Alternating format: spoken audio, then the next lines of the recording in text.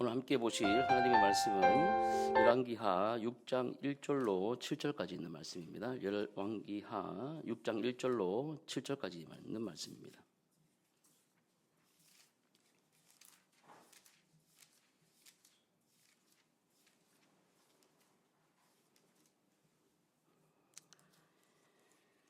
구약성경 569면 되겠습니다. 열왕기하 6장 1절로 7절까지 있는 말씀입니다.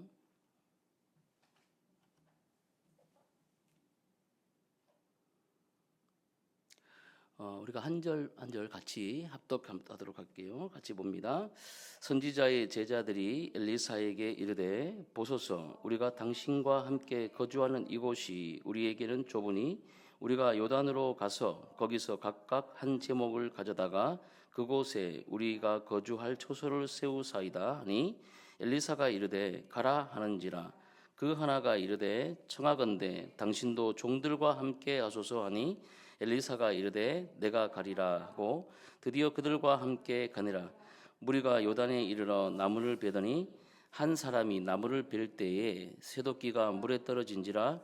이에 외쳐 이르되 아 내 주여, 이는 빌려온 것이니이다 하니, 하나님의 사람이 이르되 어디 빠졌느냐 하며 그곳을 보이는지라. 엘리사가 나뭇가지를 베어 물에 던져 쇠도끼를 떠오르게 하고 이르되 너는 그것을 집으라 하니, 그 사람이 손을 내밀어 그것을 집으니라. 아멘. 여러분 반갑습니다. 우리 앞뒤 잡아 있는 분들과 함께 인사할까요? 우리 오늘 말씀의 은혜 많이 받으시기 바랍니다. 예, 우리 전도사님 어디 애들하고 같이 나갔나요?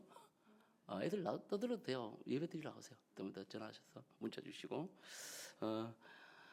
저도 뭐 애들 떠들면 뭐 집중이 안 될 때도 있어요. 그러나 뭐 얼마나 좋습니까? 교회에 아이가 있다는 것 자체가 너무 행복합니다. 할렐루야. 예, 여러분도 그러시죠? 예, 귀를 쫑긋 세우고, 예, 아이들도 다 들어요. 왔다 갔다 하면서, 예, 화장실 갔다 오면서 또 설교 말씀도 듣고 그러면서 크는 겁니다. 여러분 말씀에 집중하여 오늘 은혜 받으시기를 주의 이름으로 축복합니다.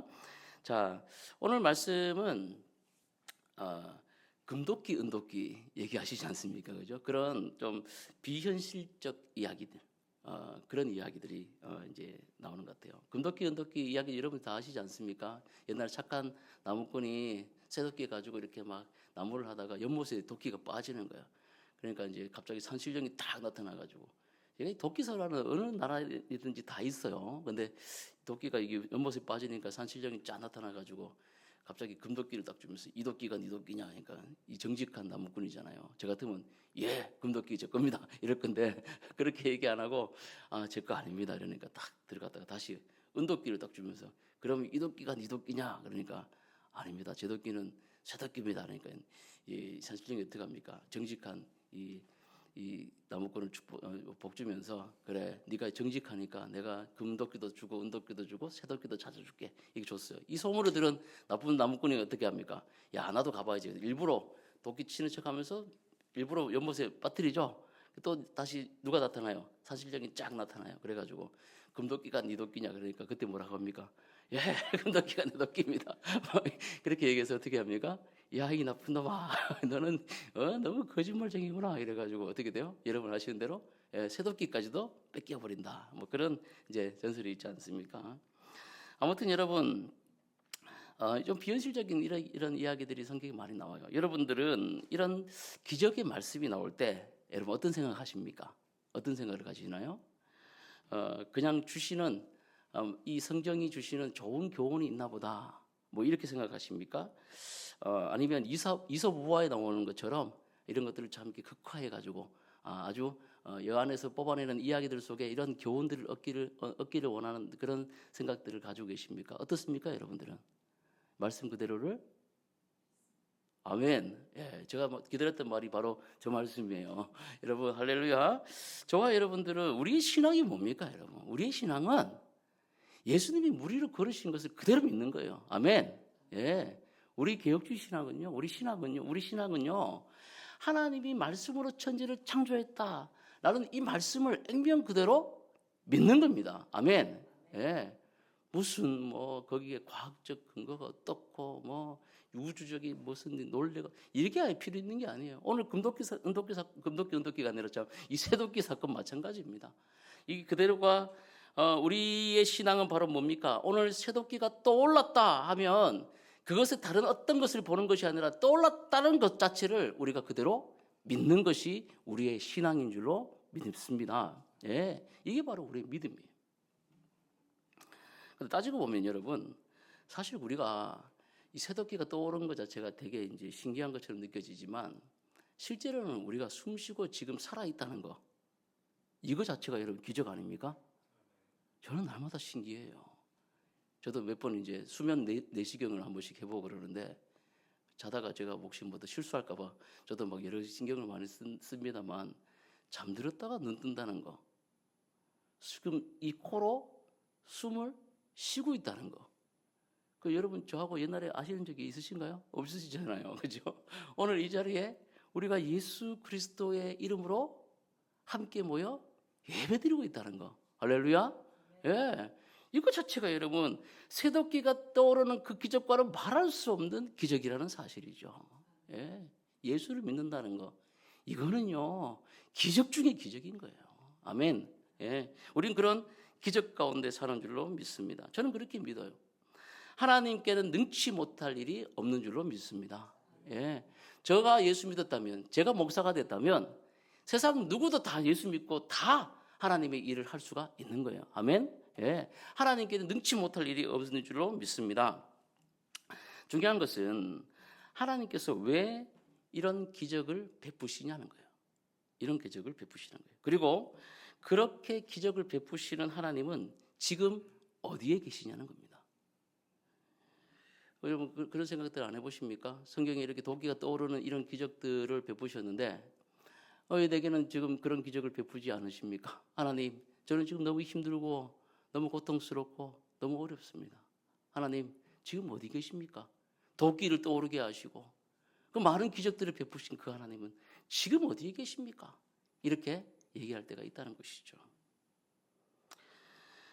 내가 힘들 때 어려울 때 기적을 베풀어 주시면 참 좋겠는데 그렇게 하지 않으시더라는 거예요. 그렇지 않습니까, 여러분? 또 딱 맞게 행하실 때도 있지만 돌아보면 하나님께서 베푸신 그 은혜들은 내 때가 아니라 하나님 때에 베푸신 것을 우리가 알 수가 있어요. 참 이때 그렇게 주셨으면 좋겠는데 그때 그렇게 하지 않으시고 하나님의 때, 따지고 보면 모든 것이 다 합력하여 선을 이룰 수 있는 그때에 가장 좋은 것을 주시더라는 거죠. 여러분,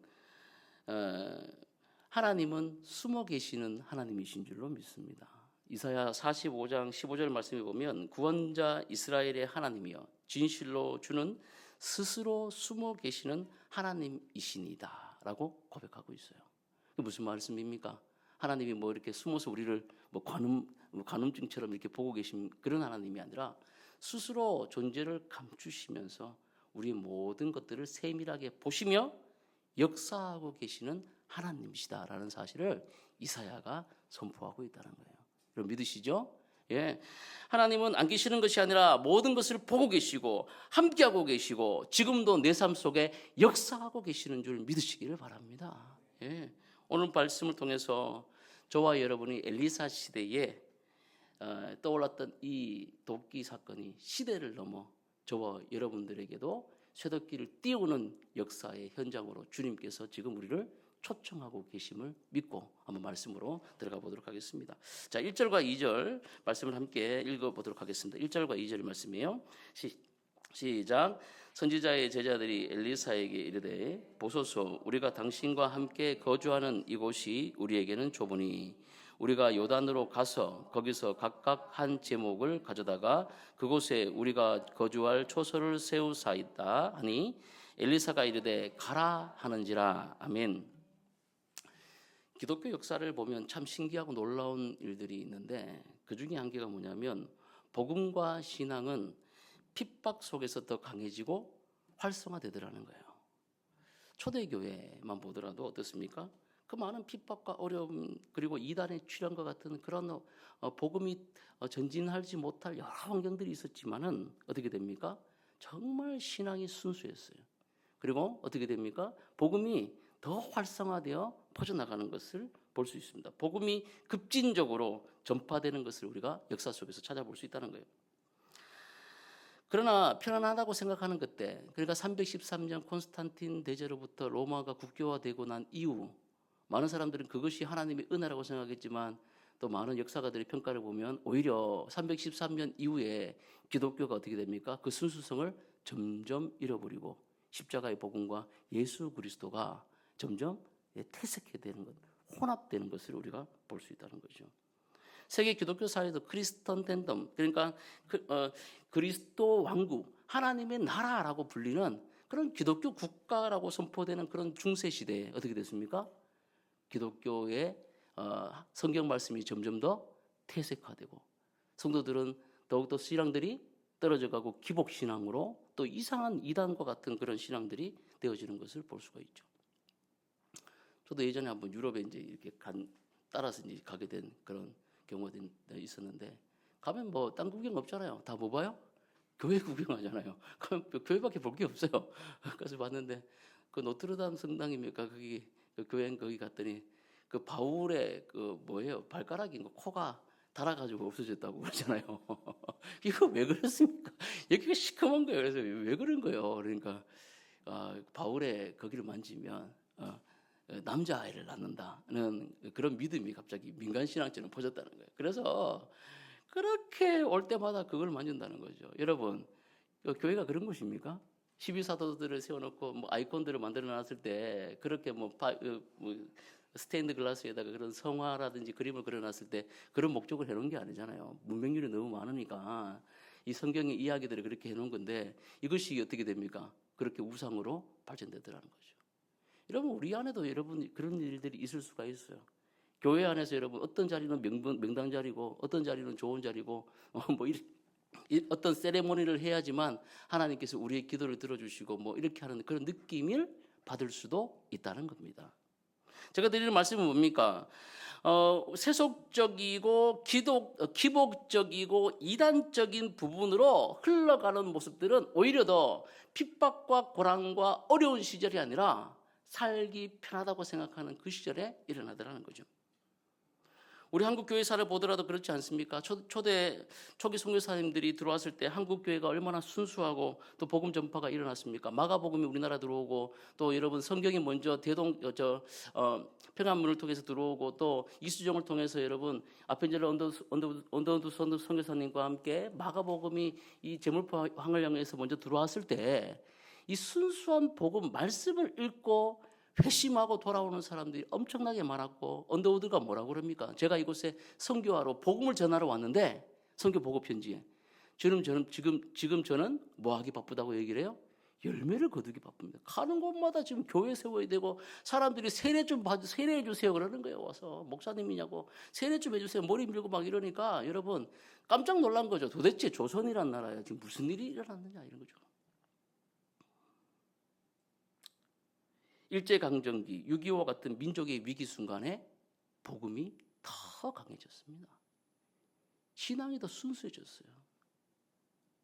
초량교회 모여서 여러분 6.25 때 마지막에 그렇게 기도하며 하나님 이 비행기가 뜨게 해주십시오. 오키나와에서 전폭기가 떠야 되는데 6.25 그 시절에는 태풍이 오고 막 그런 때거든요. 그러니까 초량교회 성도들이 모여가지고 막 기도한 거예요. 날씨를 좀 좋게 해달라고.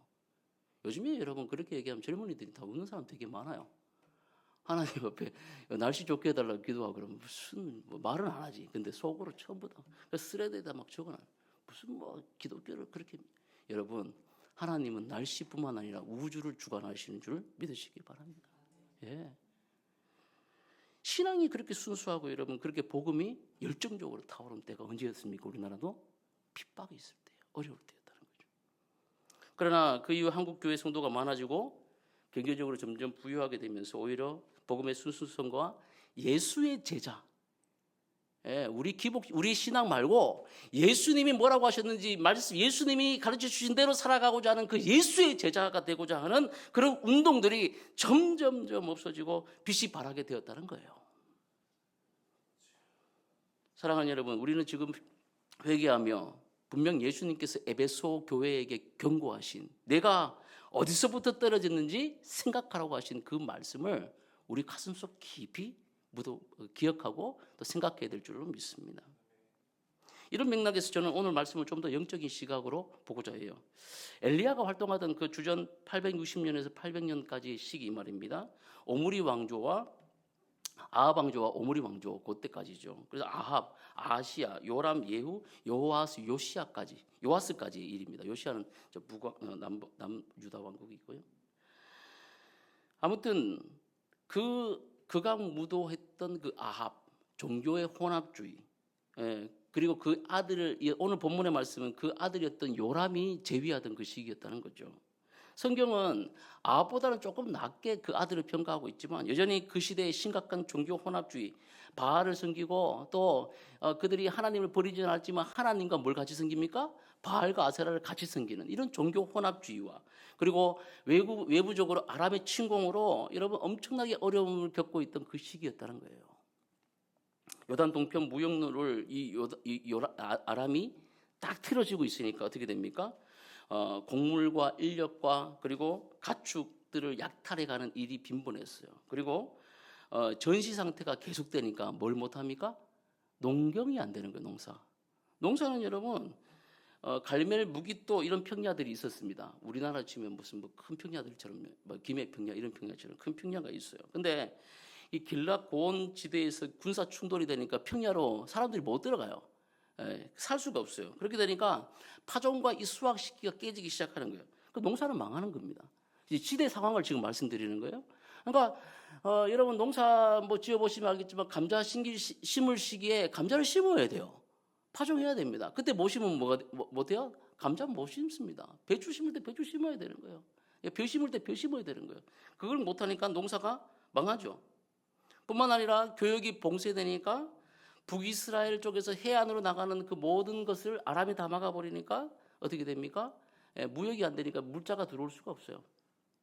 지금 트럼프가 미국에 관세 폭탄 해가지고 깜짝 놀라서 50배 감이 안 오는데 이런 일을 통해 가지고 이 교역이 중단되니까 난리가 나지 않습니까? 미국에도 사재기가 나고 그죠? 중국에서 수입해던 거 못 가니까 난리가 나잖아요. 당시에 더 했다는 거죠. 동서 교역세라는 걸 넣어가지고 더 이상 이 무역이 안 되게 되니까 고도의 인플레이션이 일어나는 거예요. 그래서 은화로 이렇게 교역을 했던데 화폐는 그대로인데 그 시장 안에 뭐가 없어요? 식량과 생필품이 줄어드니까 화폐 가치가 폭락하게 되는 거예요. 이게 인플레이션 아닙니까? 그래서 6장 24절 이후에 나오는 그 사마리아 상황을 얘기해 주지 않습니까? 나귀 머리 하나에 은 80세겔, 그리고 비둘기 똥 4분의 1갑에 은 5세겔 나오잖아요.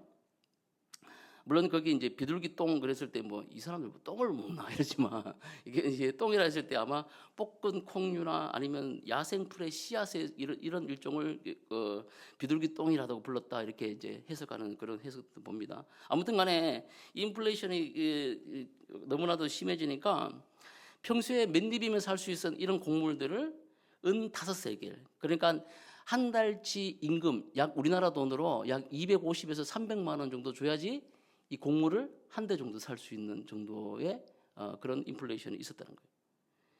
제가 지금 이 사마리아 상황을 지금 말씀드리고 있지 않습니까? 자, 이런 상황 속에 있었다는 거예요. 그리고 비참하게 나중에 되면 아이까지 삶아먹는 이런 정말 비참한 상황이 일어나는 그 시대가 이 엘리사가 여호람 시대에 있었던 일이었다는 거예요.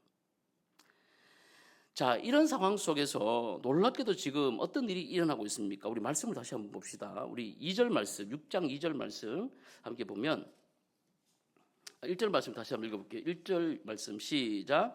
선지자의 제자들이 엘리사에게 이르되 보소서 우리가 당신과 함께 거주하는 이곳이 좁으니 아멘. 뭐라고 얘기합니까? 우리가 거주하는 이곳, 선지자 누구예요? 엘리사에게 지금 엘리사의 제자들이 뭐라고 얘기합니까?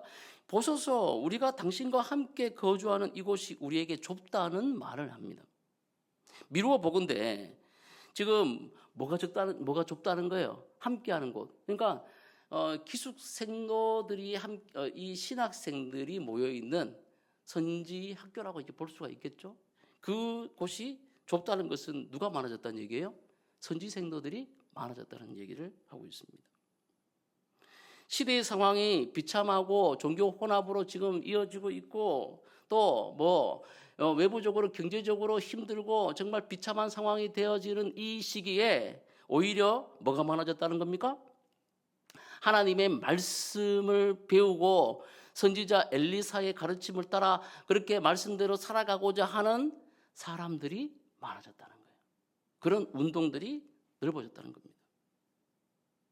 물론 엘리사와 같은 능력이, 제가 그래서 이 말씀을 준비하면서 엘리사의 기적을 한번 봤어요. 그러니까 엘리야가 승천하면서 막 쫓아다니잖아요. 그러면서 제발 저에게 갑절의 영감을 달라고 막 그러면서 누구는 그거를 이제 갑절이니까 엘리사의 시대는 더 힘드니까 2배로 얘기하는데 그게 아니라 장자권을 내게 달라는 거예요. 영적 장자권. 그죠? 얼마나 멋있습니까? 여러분도 그렇게 구하십시오. 하나님, 영적 장자권을 내게 주옵소서. 막 엘리야를 쫓아다니면서 그러니까 엘리야가 겉옷 던져놓고 그냥 휙 가잖아요. 그러니까 나중에 이제 엘리사가 어떻게 해요? 그 겉옷 가지고 휙 돌려가지고 요단강을 확 치니까 요단강이 저 무협지 아닙니까? 무협지보다 재밌지 않습니까?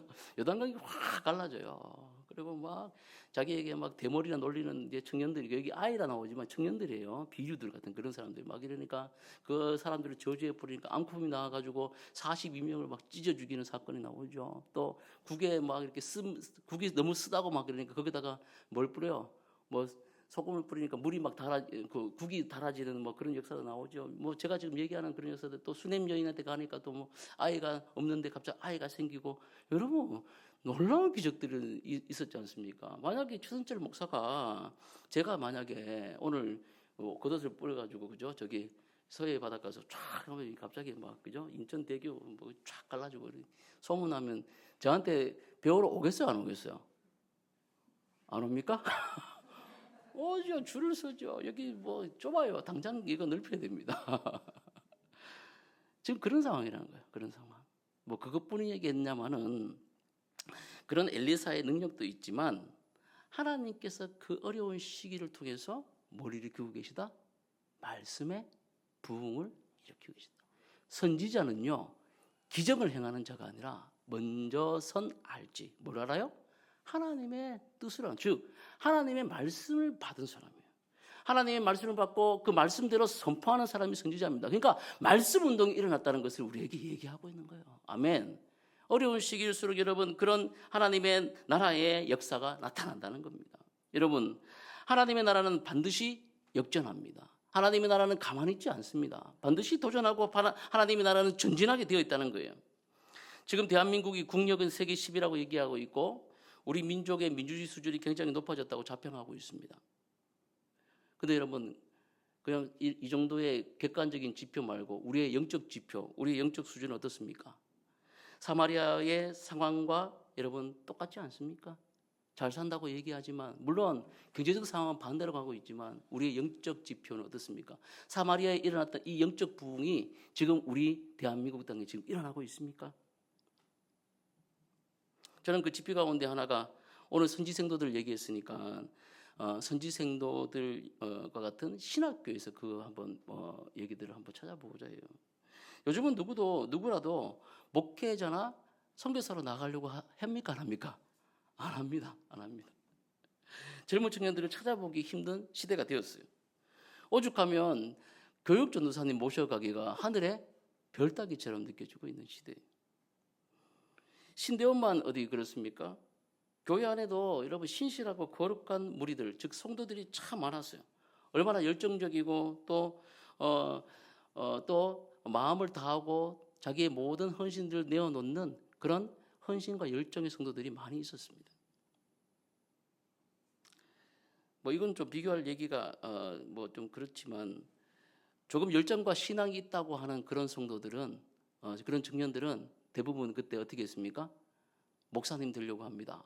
제가 갑자기 있다가 저 신학교 가려고 합니다. 뭐 이런 얘기들을 많이 했었어요. 또 여러분, 대학에 있는 파라처치, IBF, 또 CCC, UBF, 또 내비게이터, 또 여러분 어디 뭐 출신들이 또 있으신지 모르겠지만 뭐 그런 파라처치 운동들이 엄청나게 일어났어요. 제가 1학년 때만 해도 모이면 뭐 기본 200명, 300명 막 모여가지고 무슨 나라를 구하겠다고, 그죠? 아침에 그 뭐 얼리 모닝 뭐 기도회가 있어. 그래 뭐 새벽 기도도 못 오면서 거기 가가지고 막 졸면서 뭐 노천 강당에서 뭐 하늘에 불을 내릴 것처럼 막 자, 이 캠퍼스를 손에 띄워놓고 우리 기도합시다 하고 막 기도하고, 그죠? 나중에 밤에 또 죄짓고. 하여튼 뭐 어쨌든 그런 운동이 일어나고 3, 4, 5 모여가지고 대학생들이 알면 얼마나 알겠어요. 근데 말씀을 파고 막 번역을 뭐 영어로 성경 번역하고 모여가지고 서로 네 말이 맞니 내 말이 맞니 막 도서관에 막 싸우기도 하고 뭐 그런 운동들이 있었어요, 여러분. 그래서 뭐 저째 여름쯤 되면 이런 대학 연합으로 모여가지고 뭐 1,000명, 2,000명씩 자기들이 뭐 3, 40명씩 내가지고 제가 말한 거 20년, 30년 전에 일이에요. 그럼 그거 모으려면 꽤 커요. 일주일에 뭐 한 4박 5일, 5박, 일주일이 거의 뭐 일주일씩 넘으면서 했어요. 그러면 말씀 상영해야 한다고 뭐 그렇게 뭐 준비하던 그런 일정들이 있었다는 거죠. 군대도 간사한다고 늦게 가고 또 연애도 마음대로 안 합니다. 3말 4초. 거룩한 백성으로 세워줘야 된다. 그러면서 3학년 말, 4학년 초에 그것도 사귈 남자, 여자 그 형제 자매를 간사에게 허락받고 둘이 손잡고 가서 혼전 성결과 뭐 이런 걸 서약하고 그렇게 해서 사귐을 이제 허락받던 그런 순수한 때가 있었습니다, 여러분. 저도 뭐 신대원 또 얘기가 나왔으니까 신대원 뭐 제가 들어갈 때 4.2대 1이었어요. 와, 안 해줍니까? 엄청납니다, 여러분. 제가 다니는 그 총신대학교 신학대학원은 스카이 학생도 많았고 유학생도 있었어요. 거기를 뚫고 제가 들어갔다는 거 아닙니까? 제가 머리가 좋지가 않은데 5수 6수 만에 들어갔는데 대단했습니다. 그래서 새벽기도 그때 사역하고 그랬으니까 새벽기도 해야 되죠. 또 주일학교도 맡았지요. 또 뭐 대충 하는 게 아니고 열정적으로 했어요. 아이들 데리고 막 선생님 달달 볶아가면서 전화했냐 안 했냐 그러고 아침에 오면 막 보고서 내라 그러고 막 그때도 그래도 되는 시절이었던 것 같아.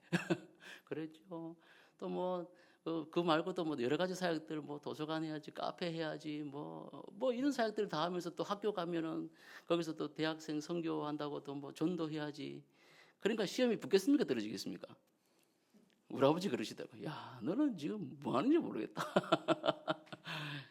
어쨌든 그렇게 하면서 기도하면서 여러분 저를 돌아보면서 그렇게 성경 보고 나중에는 눈 감으니까 창세기부터 요한계시록까지 막 눈 감으니까 막 돌아가더라고. 1장부터 1장 뭐 2장 뭐 내용이 막 돌아가요.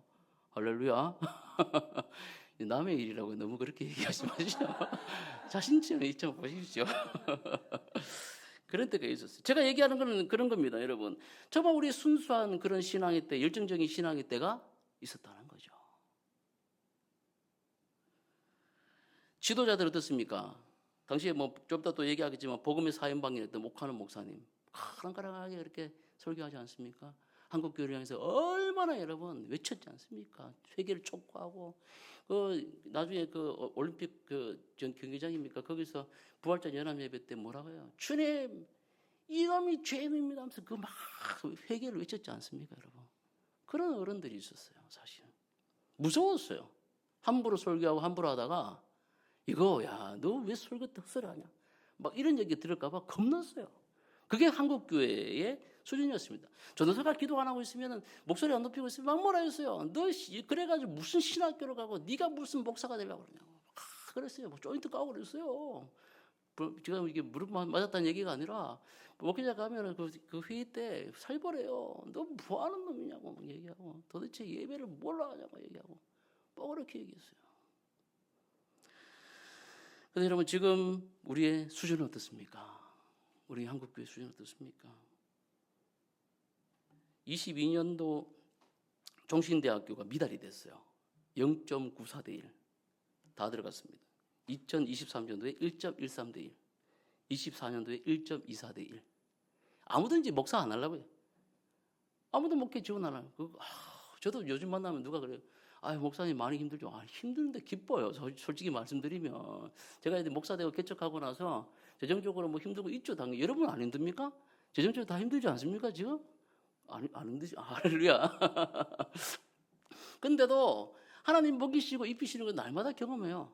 걱정하죠. 고민하죠. 근데 여러분 돈 걱정 안 하는 사람 누가 있어요? 다 합니다. 대한민국에. 재벌도 다 합니다. 근데 하나님 먹이시고 입히시는 것을 경험하며 여러분 보내주신 성도들과 함께 행복하게 이 목회할 수 있는 그런 환경들이 열려져요. 물론 힘든 거 어려움들이 있어요. 하지만 대의적으로는 다 하나님이 책임져 주는 것을 느낀다는 거죠. 근데 아무도 목회의 길을 가려고 하지 않습니다. 뿐만 아니라 우리의 신앙 수준 자체가 개인적인 신앙으로 전락하고 있음을 우리가 여러 가지 지표에서 볼 수가 있다는 거죠. 저는 지금 단순히 신학교 지원 몇 명 안 된다, 목사 안 된다, 이래서 교회가 문제다 이런 얘기를 하려고 하는 게 아니에요. 한국교회의 이 위기, 이 신학교의 문제는 바로 우리의 바로미터이기 때문에 그렇습니다. 우리 아들, 딸들이 신학교로 가는 것이고 우리 그들이 이 교회 공동체에서 키워진 젊은이들이 나중에 이 한국교회를 책임지고 가는 것 아니겠습니까? 그런데 그들이 지원하지 않는다는 것, 그들이 헌신하지 않는다는 것, 더 이상 한국교회에서 신학교를 바라보는 시각이 부정적이 된다는 것은 여러분 가장 큰 문제라는 거죠. 신학의 부재, 그리고 회개의 부재, 자고하고 교만한 자기 상태를 모르는 우리 일들이, 우리 안에 우리 내면이 우리의 신앙, 우리 안에 있는 복음을 퇴색시켰다는 거예요. 우리 뭐 있습니까, 여러분? 예수 그리스도 안에서 우리가 한 형제여 자매요, 그 복음 안에서 우리가 위대한 것이지. 그리스도가 없는데 저와 여러분이 뭐가 있겠어요? 저도 운전하다 보면 성질 나와요. 턱턱하고요. 저게 나쁜 소리 하면 그냥 그거 가슴에 꽉 안았다가 여러분 두고 뭐 소도 아닌데 그걸 몇 번씩 되새김질 하는지 몰라요. 그러다가 그 사람을 뭐 어떻게 해버리고 싶다, 뭐 이게 머릿속에 팽팽 돌아. 그게 접니다. 이게 목사예요. 여러분은 어떻습니까? 여러분도 그렇지 않습니까? 우리가 예수 그리스도 안에 없다면, 우리 안에 복음이 없다면, 우리 안에 성령이 없다면 우리는 아무것도 아닌 것이에요. 그래서 저는 이렇게 도전드리길 원합니다. 우리는 하나님의 일하심을 기대하며 다시 회개해야 합니다.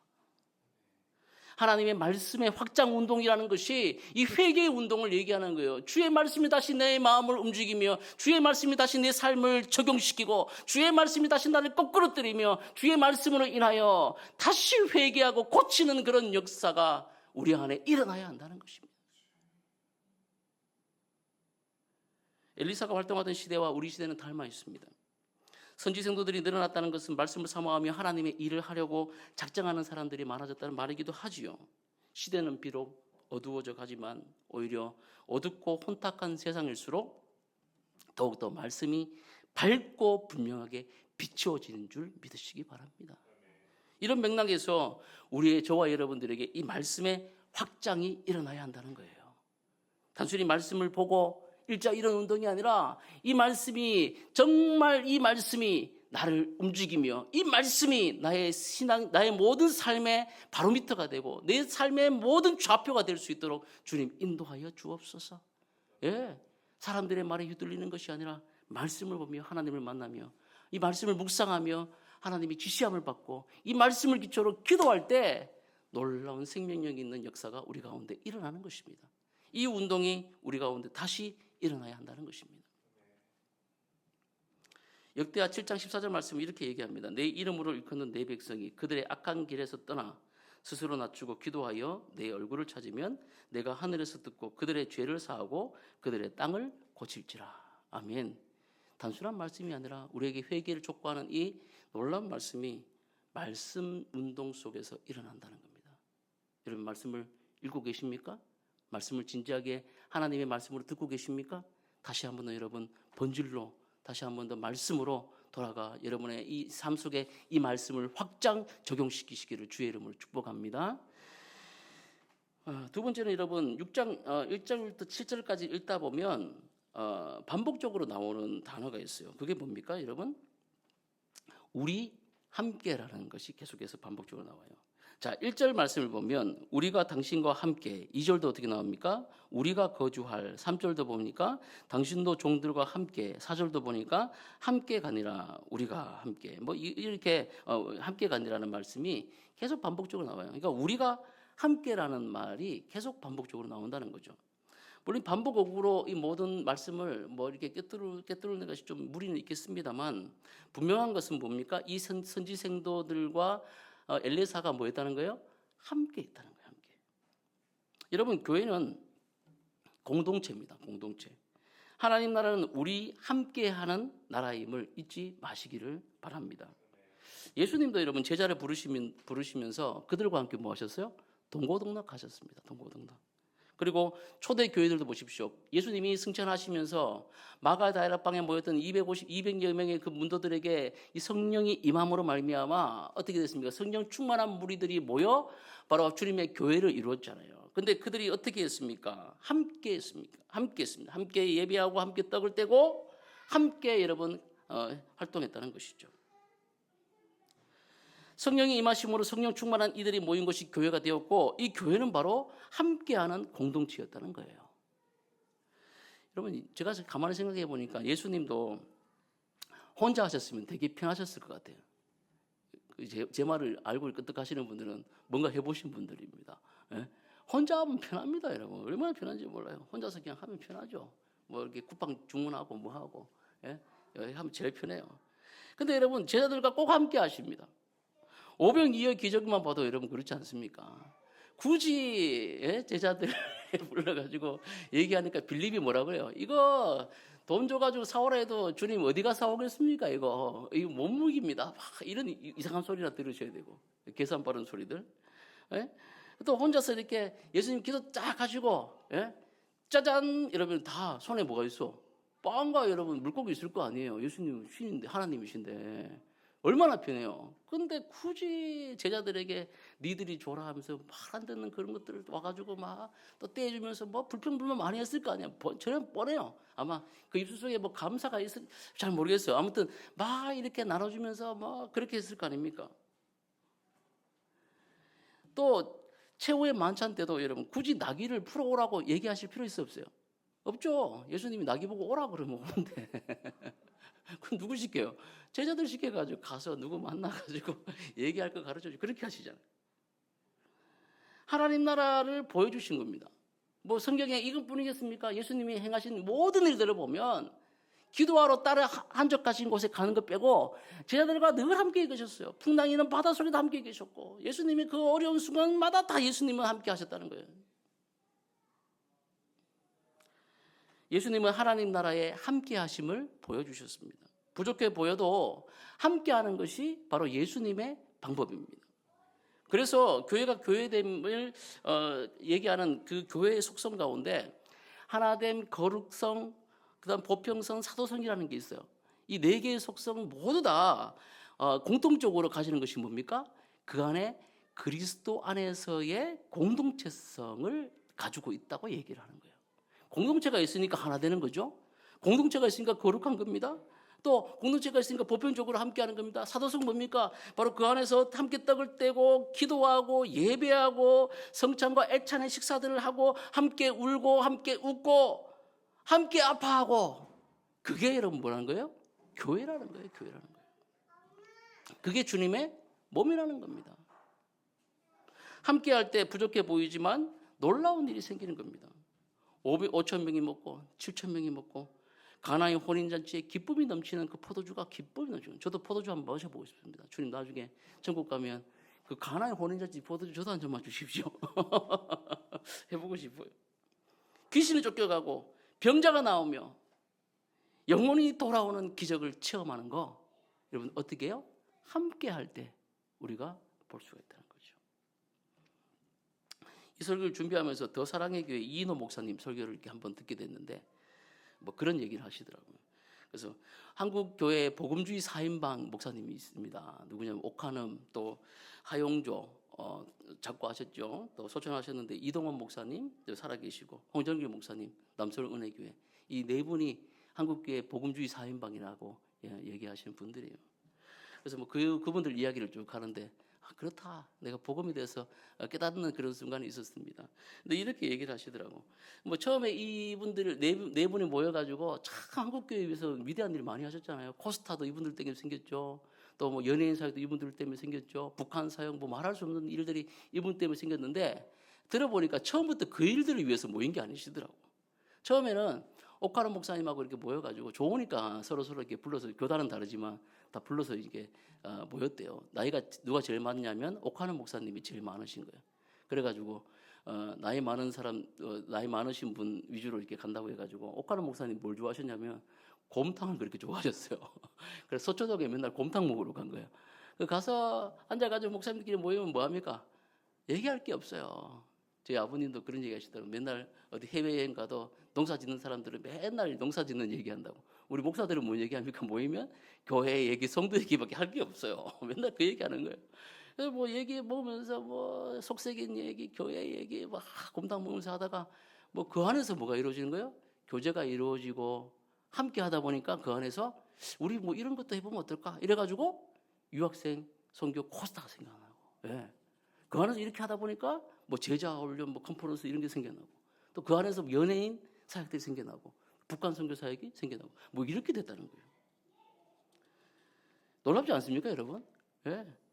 함께함이 놀라운 역사를 만들어내는 줄로 믿습니다. 예. 그게 바로 그거예요. 복음의 은혜예요. 저도 우리 배고 사랑스러운 교회가 보다 많이 함께하는 일이 많아졌으면 좋겠다 이렇게 생각합니다. 그 전에 성기던 목사님이 이런 얘기를 하셨어요. 다른 거는 참 얄밉지 않은데 꼭 얄미운 성도가 있대요. 그게 뭐냐고 물어보니까 아니 놀러 가자고 하는데 같이 안 가는 성도. 그렇게 얄밉대요. 그래서 이해가 안 되더라고. 아니 뭐 설거지하고 뭐 같이 밥 만들고 뭐 전도 안 나고 그게 좀 얄밉지 뭐 놀러 가는데 그렇게 목사님 마음이 여러 가지고 그렇게 하시냐고 그랬더니 그게 아니라면서 니도 나중에 담임 내봐라 그러더라고. 저는 안 얄밉습니다, 여러분. 근데 공동체성을 생각하다 보니까 그럴 수도 있겠다 이런 생각이 들더라고요. 여러분 우리가 함께 교회 안에 봉사, 교회 안에서의 봉사, 교회 밖에서의 여러분의 삶을 살아가는 것도 중요합니다. 더 중요해요. 우리 말씀을 적용하는 그 삶의 터전은 바로 여러분의 삶의 터전이에요.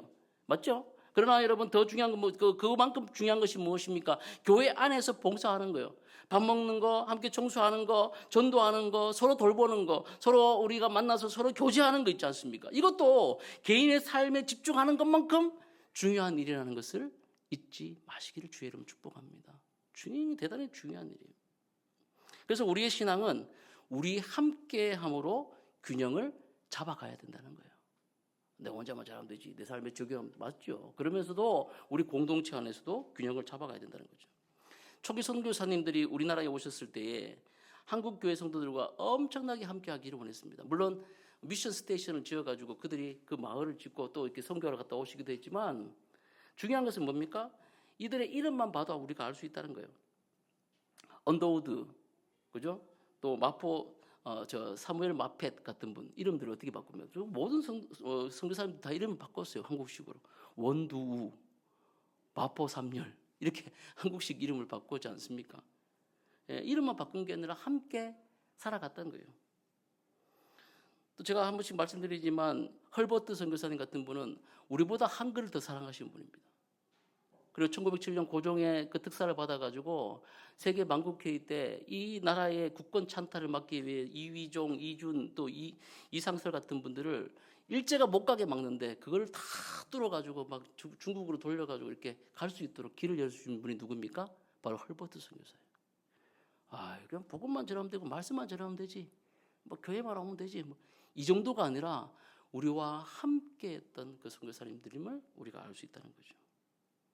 사랑하는 성도 여러분, 우리 함께 합시다. 아멘. 예, 우리 옆 사람 보시면서 이렇게 좀 얘기합시다. 우리 함께 합시다.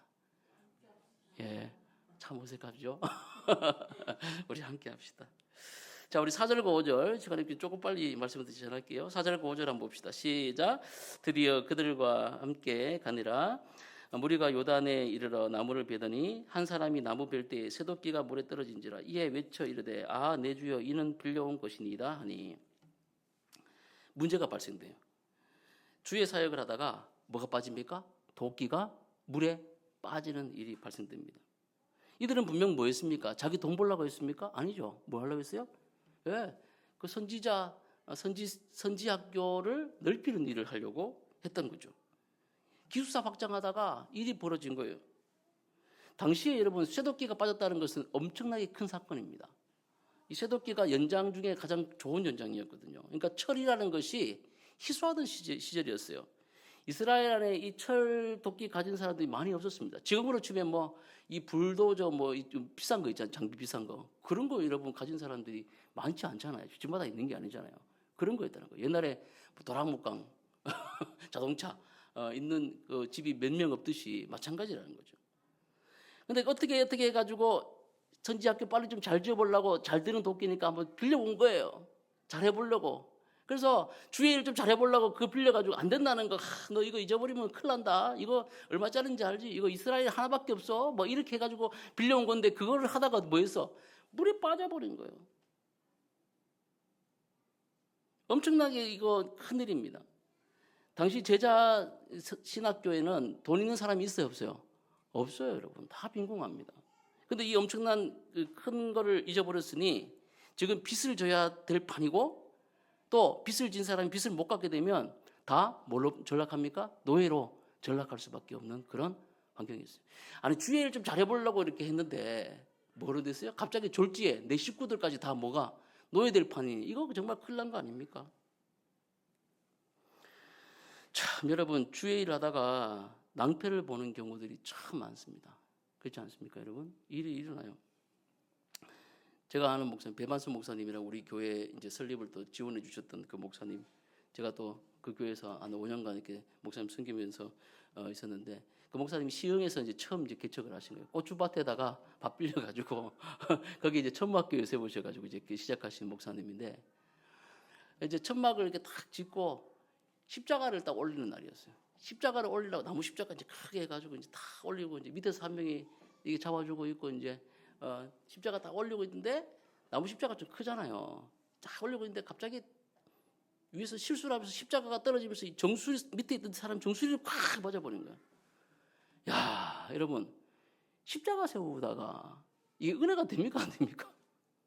그런 일이 발생돼요. 그래서 막 목사님 얘기 들어보니까 사람이 눈이 휘떡 뒤집어지면서 그냥 바로 꼬꾸라져가서 막 거품이랑 물들여요. 그래서 막 죽을 것 같아가지고 막 병원을 싣고 가고 막 그런 일이 있었다는 거예요. 지금은 여러분 그 모든 환경들을 다 이겨내시고 또 지금 이제 원로 목사님 앞두고 계시는데 그 교회가 어쨌든 성장해서 2,500명 정도 되는 성교회가 되었습니다. 제가 뭐 사라 숫자를 얘기하자는 게 아니라 탄탄하게 이렇게 목회를 해가셨어요. 안산 동산교회 김윤준 목사님 부흥식이 이렇게 얘기하시는데 안산에 아무도 안 살아요 하는 그 안산에 처음 가셔가지고 이제 개척한 얘기를 쭉 하시는데 우리 개척학교라고 좀 이렇게 GCM 세미나에서 이렇게 함께 보게 되었고 그 얘기를 좀 진지하게 하시는 걸 제가 들었어요. 그 목사님은 이게 그 얘기할 때마다 눈을 지그시 하고 이렇게 얘기하셔요. 얼마나 진절머리 나는 일들이 많았으면. 교회 세우고 여러분 전도하고 밤낮으로 여러분 말씀 전하면 좋은 일만 있어야 되지 않습니까? 근데 이렇게 얘기하시더라고. 그러니까 전도해가지고 그 술고래된 사람 전도해가지고 이제 교회 나오게 됐는데 예전에 이제 뭐 다락방 같은 게 있었대요. 이렇게 사다리 타고 이렇게 올라가면 연립주택에 위에 이렇게 올라가는 뭐 그런데 뭐 계단이 아니라 이렇게 사다리 타고 올라가는 그런 사다리래요. 이 술을 많이 마시던 그 성도 그 아내가 그렇게 기도해가지고 같이 전도해가지고 이제 교회 나오기로 했는데 토요일 날 밤에 겨울에 그 여자 성도가 막 목사라 하면서 막 뛰어오는데 왜 그러냐고 뭐 파자마 바람에 막 가보니까 그 다음 날 교회 나오기 싫어하는 그 술 먹고 속색이던 그분이잖아요. 그 계단 타고 2층에 올라가다가 뒤로 떨어져가지고 즉사한 거예요. 그 얘기를 하시나. 그뿐이겠습니까? 그 교회에 또 헌금 도난 사건이 나가지고 또 뭐 그렇게 얘기하시고. 대구에 아는 제가 아는 목사님, 그분도 개척교회를 하시는데 어떤 권사님 두 분이 이제 교회에 오셨대요. 오셔가지고 또 전도를 열심히 또 해주겠다 이래가지고 한 분 교회 두 분 권사님이 이제 드디어 이제 교회 부흥이 시작되는구나 하고 이제 막 전도지 찍어서 이제 나가려고 파라솔도 사고 이렇게 나가려고 하는데 전도 방법을 두고 전도 나가는 그 첫날 두 분 권사님이 대판 싸운 거예요. 그래가지고 두 분도 안 나온다는 거예요. 근데 보고 전화가 야 어떻게 이거 이런 일이 있냐 하면서 전도를 안 나갔으면 되는데 괜히 나가가지고 여러분 성경에도 바울과 마가 보십시오. 뭐합니까? 선교여행 가다가 타오르스 산맥 보고 마가 못 간다고 그러니까 바울이 막 성질 내가지고 집에 보내버리잖아요. 싸우지 않습니까? 아니 말씀 전하고 주의 일하면 좋은 일만 생겨야 되죠. 하나님의 역사가 나타나야 되지 않습니까? 근데 어떻게 이런 일이 나타나는 거예요? 우리 교회도 여러분 여러 일이 있었지만 하나님의 은혜로 잘 가고 있는 줄을 믿으시기 바랍니다.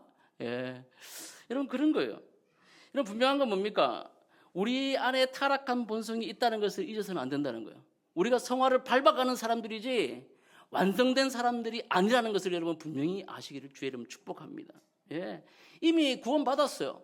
예수 그리스도의 십자가의 은혜로 저와 여러분들 구원받았습니다.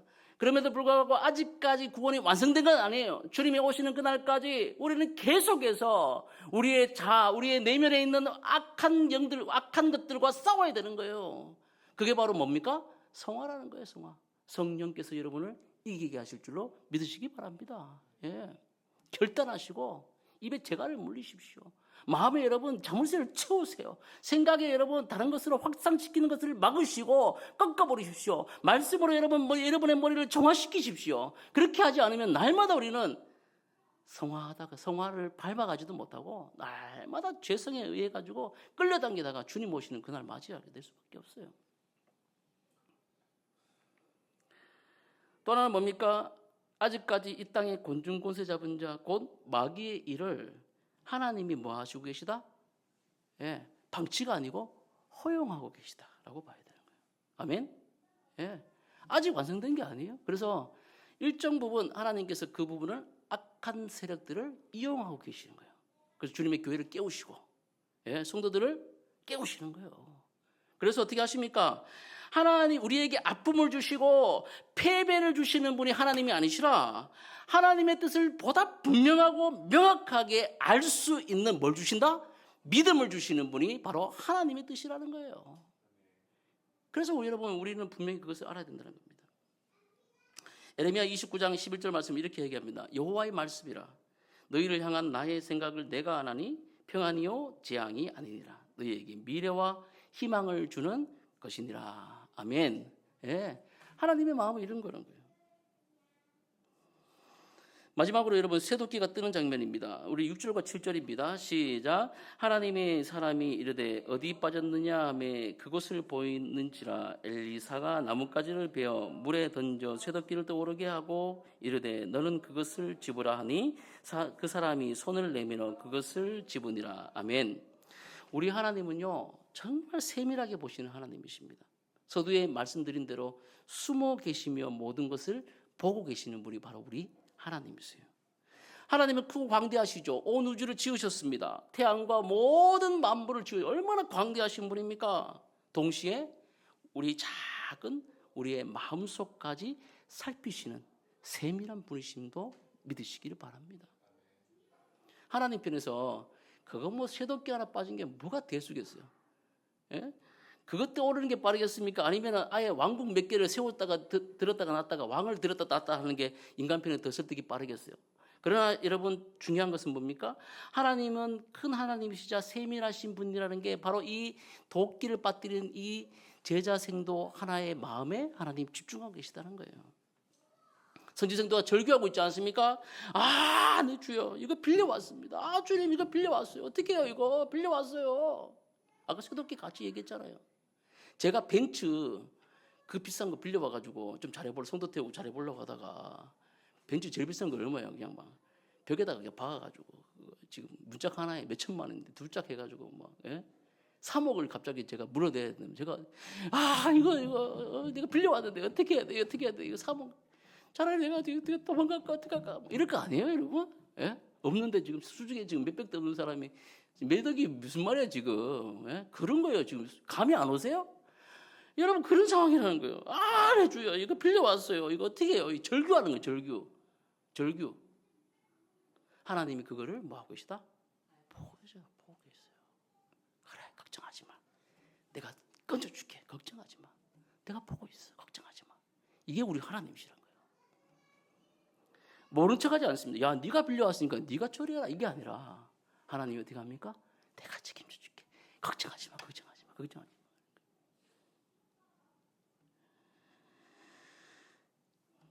그 제가 요즘에 우리 딸아이 때문에 제가 많이 이제 성화되고 있는데 아 참 그렇습니다. 핸드폰 얘기 몇 번 했지만 그래요. 애가 맨날 핸드폰 보고 그러니까 속상하죠. 부모들 다 그럴 거야 아마. 눈 나빠지는데 눈 나빠지고 뭐 전두엽 망가진다 그러고 뭐 근데 누가 그 핸드폰 보는 좋아하겠습니까? 절대 안 사줄라 했죠. 우리 아내하고 굳은 결심을 하고 주님 오시는 그날까지 절대 안 된다. 그냥 하고 있었는데 우리 아이가 잘 때마다 뭐예요? 아빠 핸드폰, 눈 뜨면 엄마 핸드폰. 뭐 하나님께도 기도했나 봐. 그러니까 뭐 하나님 핸드폰. 우리는 기도를 별로 안 했어. 나 지금 보니까. 그러니까 그 아이의 그 작은 그 욕구 아닙니까? 얼마나 간절하게 했겠어요. 그러니 어느 날 환경을 만드셔가지고 애가 갑자기 없어졌는데 우리가 다 혼비백산한 거야. 알고 보니 저 위에 놀이터 놀고 있었는데 아이고 그래 저기 사모님 막 난리가 전화 오고 저도 막 뭐 동동거리고 있으니까 이걸 당장 사주자. 네 그래가지고 야 그날 밤에 하나님 그렇게 역사하셨어요. 그날 밤에 굳은 우리 부부가 주님 오시는 그날까지 안 되는 게 아니라 내일 당장 사주자. 그렇게 바꾸고 사준 거 아닙니까? 여러분 하나님은 우리의 아버지이심을 믿으시기 바랍니다. 세밀하신 분이세요. 아, 내 주여 이거 어떡합니까? 하나님 아세요. 걱정하지 마세요. 문제 뭡니까? 하나님을 신뢰하는 믿음이 저와 여러분에게 있기를 주의 이름으로 축복합니다. 예. 사랑하는 여러분 이제 말씀을 믿습니다. 하나님은 오늘 새돋기 사건을 통해서 우리에게 단순한 기적을 보여주시는 분이 아니라 이 새돋기를 통해서 지금도 이 시대에 부흥을 일으키고 계신 분이심을 우리에게 말씀하고 있어요. 또 하나 뭡니까? 진정한 우주의 주인이 누구이신지를 가르쳐주고 있습니다. 또 뭡니까? 우리에게 설득하고 동의를 요구하시는 분이 아니라 우리에게 뭘 주시는 분이심을 가르쳐주고 있습니까? 믿음을 주시는 분이심을 우리에게 가르쳐주고 있습니다. 이번 한 주간 여러분 손에 새돋기가 물에 빠져버렸다면 여러분 손에 다시 새돋기를 쥐게 하실 줄 믿으시기 바랍니다. 하나님을 기대하십시오. 그리고 말씀을 확장하십시오. 그러므로 우리 승리하시는 우리 모든 성도들 되시기를 주의 이름으로 축복합니다. 기도하겠습니다. 하나님 아버지 참 감사합니다. 하나님 새돋기가 떠오른다는 것 이 단순한 기적이 아니라 하나님이 우리 아버지이심을 가르쳐 주셨습니다. 주님 믿게 해주시고 믿음을 주시고 하나님 어두운 저희들이 눈을 열어 영안으로 하나님의 부흥을 기대하며 또 나아가게 하여 주시옵소서. 우리 성도들 이 말씀 붙잡고 살아갈 때 놀라운 기적이 우리 가운데 임하게 하여 주옵소서. 예수님의 이름으로 기도드립니다. 아멘.